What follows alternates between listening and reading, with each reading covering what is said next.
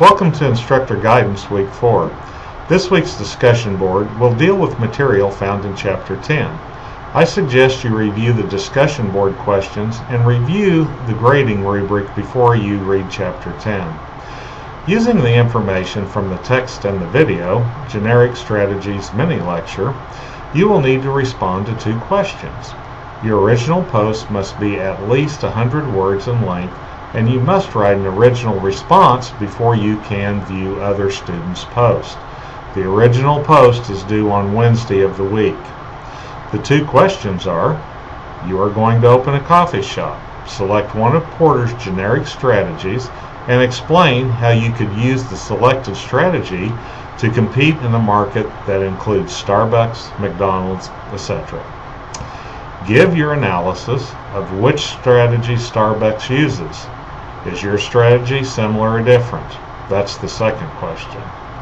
You should be familiar with how to post a discussion board and how to respond to classmates from last week's discussion board. All statements and comments must be supported by the text or the video. I will not require you to show references from the text or video, but the support is required to come from those sources. Please keep in mind the following. The original post needs to answer the two questions thoroughly. This means that your answer must be directly supported. This means that if you make a statement, then it must have written support. It is not assumed that your statement is understood without written support. The original post is worth up to 20 points. You will notice that the responses to two classmates are worth up to 20 points also. This means that the responses to classmates are going to have to be as thorough as the original responses and supported. Again, it is not assumed that your statements are understood without written support.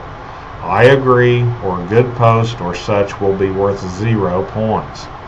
As always, you must write an original response before you see your classmates' post.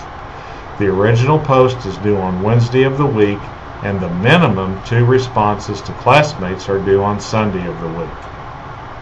This week's weekly quiz will require an essay question.